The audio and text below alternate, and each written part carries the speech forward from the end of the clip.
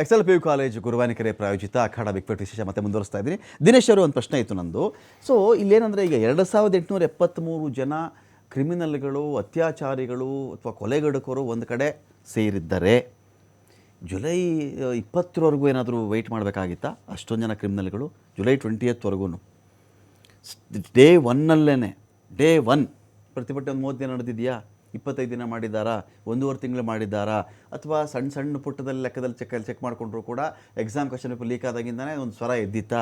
ಎಲ್ಲ ಇಷ್ಟೊಂದು ಒಟ್ಟಿಗೆ ಯೋಚನೆ ಮಾಡಿ.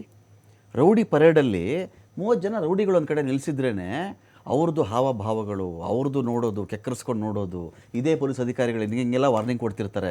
ಎಲ್ಲರೂ ನೋಡಿರ್ತೀರಿ ನಾನು ಭಾವಿಸ್ತೀನಿ ರೌಡಿ ಪರೇಡ್ಗಳಲ್ಲಿ. ಅಂಥದ್ರಲ್ಲಿ ಹತ್ತಿರ 3000 ಆ್ಯಂಟಿ ಎಲಿಮೆಂಟ್ಗಳು, ಒಂದು ರೀತಿಯಲ್ಲಿ ಕೊಲೆಗಡುಕರು ಅಥವಾ ಈ ಥರದ ರೇಪಿಸ್ಟ್ಗಳು ಒಂದು ಕಡೆ ಸೇರಿದರೆ ಎಷ್ಟು ರೇಪ್ಗಳು ನಡೀಬೇಕಾಗಿತ್ತು ಇದೇ ಜಂತರ್ ಮಂತರಲ್ಲಿ, ಎಷ್ಟು ಕೊಲೆಗಳಾಗಬೇಕಾಗಿತ್ತು. ಇದನ್ನು ನರೇಷನ್ ಅಂತ ಕರೆಯೋಣವ ಅಥವಾ ಪೊಲೀಸರು ತಮ್ಮ ಹೊಣೆಗಾರಿಕೆ ತಪ್ಪಿಸ್ಕೊಳ್ಳಿ ಕೊಡ್ತಿರ್ತಕ್ಕಂಥ ಒಂದು ಲೆಕ್ಕ ಅಂತ ಕನ್ಸಿಡರ್ ಮಾಡೋದು? Diversion strategy basically. ಇವತ್ತು ಏನಾಗಿದೆ ಅಂದರೆ 2024ರಲ್ಲಿ ಆದಂಥ ನೀಟ್ ಸ್ಕ್ಯಾಮ್, ಅದಕ್ಕೆ CBI ಬಿ ರಿಪೋರ್ಟ್ ಹಾಕ್ಬಿಟ್ಟೈತೆ. ಈಗ 2026ರಲ್ಲಿ ನಡೆದಿದ್ರಲ್ಲಿ 45 ಜನ ಅರೆಸ್ಟ್ ಮಾಡಿದ್ರಲ್ಲಿ 44 ಜನಕ್ಕೆ ಬೇಲೆ ಕೊಟ್ಬಿಟ್ಟವ್ರು. ಸೊ ಇಲ್ಲಿ ಕಳ್ತನ ಮಾಡಿದವ್ರನ್ನ ಬಿಟ್ಬಿಟ್ರು. ಮನಮೋಹನ್ ಸಿಂಗ್ ಅವ್ರ ಸೇಮ್ ಲೈಕು ಎಮ್ಮೆ ಕಳ್ರು ಥರ. ಗಂಟೆ ಕತ್ಕೊಂಡು ಓಡ್ತಾ ಇರೋರು ಬೇರೆ, ಎಮ್ಮೆ ಕತ್ಕೊಂಡು ಹೋಗ್ತಾ ಇರೋರು ಬೇರೆ. ಇಲ್ಲಿ ನೀಟ್ ಬಗ್ಗೆ ಡಿಸ್ಕಷನ್ ಮಾಡ್ತಾ ಇಲ್ಲ. ನೀಟಲ್ಲಿ ಏನೇ ಸ್ಕ್ಯಾಮ್ ಮಾಡಿದ್ರು ಅವ್ರ ಬಗ್ಗೆ ಡಿಸ್ಕಷನ್ ಮಾಡ್ತಾ ಇಲ್ಲ. ಪ್ರೊಟೆಸ್ಟ್ ಒಳಗಡೆ ಯಾರಿದ್ರು ಅವ್ರನ್ನ ಡಿಸ್ಕಷನ್ ಮಾಡ್ತಾ ಇದ್ದಾರೆ. ಇವತ್ತು ದೆಹಲಿ ನಾವು ಕಂಪೇರ್ ಮಾಡ್ರೆ, ಯಾಕಂದ್ರೆ ಇವತ್ತು ನಮ್ಮ ಗೃಹ ಮಂತ್ರಿಗಳು ಇಸ್ ಕಂಪ್ಲೀಟ್ಲಿ ಅನ್ಫಿಟ್ ಅಂತ ಹೇಳಕ್ಕೆ. ಇವತ್ತು NCRB ಡೇಟಾ ಪ್ರಕಾರ 1700 ಜನ ಪರ್ ಲ್ಯಾಕ್ಗೆ ಹೈಯೆಸ್ಟ್ ಆರ್ಗನೈಸ್ ಕ್ರಿಮಿನಲ್ಸ್ ಇನ್ ಡೆಲ್ಲಿ ಅಂತ ರಿಪೋರ್ಟ್ ಕೊಡುತ್ತೆ NCRB 2024 ರಿಪೋರ್ಟ್ ಪ್ರಕಾರ. ಅಂದ್ರೆ 1,00,000 ಜನಕ್ಕೆ 1688 ಜನ, ಆಲ್ಮೋಸ್ಟ್ 1700 ಜನ ಆರ್ಗನೈಸ್ ಕ್ರೈಮ್ ಪೀಪಲ್ ಇದ್ದಾರೆ ಡೆಲ್ಲಿಲಿ ಅಂತ ರಿಪೋರ್ಟ್ ಕೊಡುತ್ತೆ. ಅಂದ್ರೆ ಹೋಮ್ ಮಿನಿಸ್ಟರ್ ಏನ್ ಮಾಡ್ತಾವ್ರೆ? ಆಮೇಲೆ ನೋಡಿ, ಇವತ್ತು ಗಾಂಜಾ ಡ್ರಗ್ಸು ದೇಶಕ್ಕೆ ಟನ್ ಗಟ್ಲೆ ಬರ್ತಾ ಇದೆ. ಇವತ್ತು ಒಬ್ಬನ್ನ ನೇಣಿಗಾಕೋದಕ್ಕೆ ಒಂದು ಪಾಲಿಸಿ ಮಾಡಕ್ಕಾಗ್ತಾ ಇಲ್ಲ ಇವ್ರ ಯೋಗ್ಯತೆಗೆ.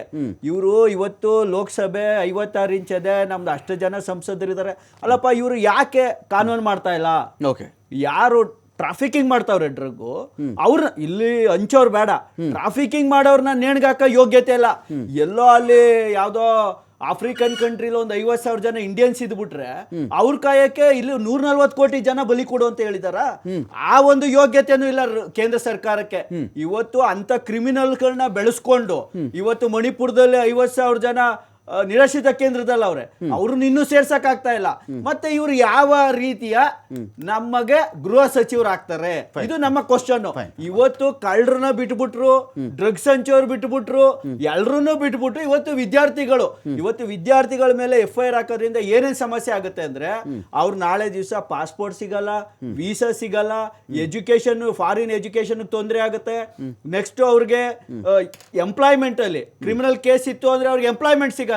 ಅಂದ್ರೆ ಇವ್ರದ್ದು ಏನಿದೆ ಎತ್ತಿಗೆ ಜ್ವರ ಬಂದ್ರೆ ಎಮ್ಮೆಗೆ ಬರೆ ಹಾಕು ಅಂತ ಇವತ್ತು ಕೇಂದ್ರ ಸರ್ಕಾರ ಕಳ್ಳರು, ಸುಳ್ರು, ಡ್ರಗ್ಸ್ ಮಾರೋರು, ಕೊಲೆಗಡುಕರು ಎಲ್ರನ್ನೂ ಡೆಲ್ಲಿಲಿ ಬಿಟ್ಬಿಟ್ಟು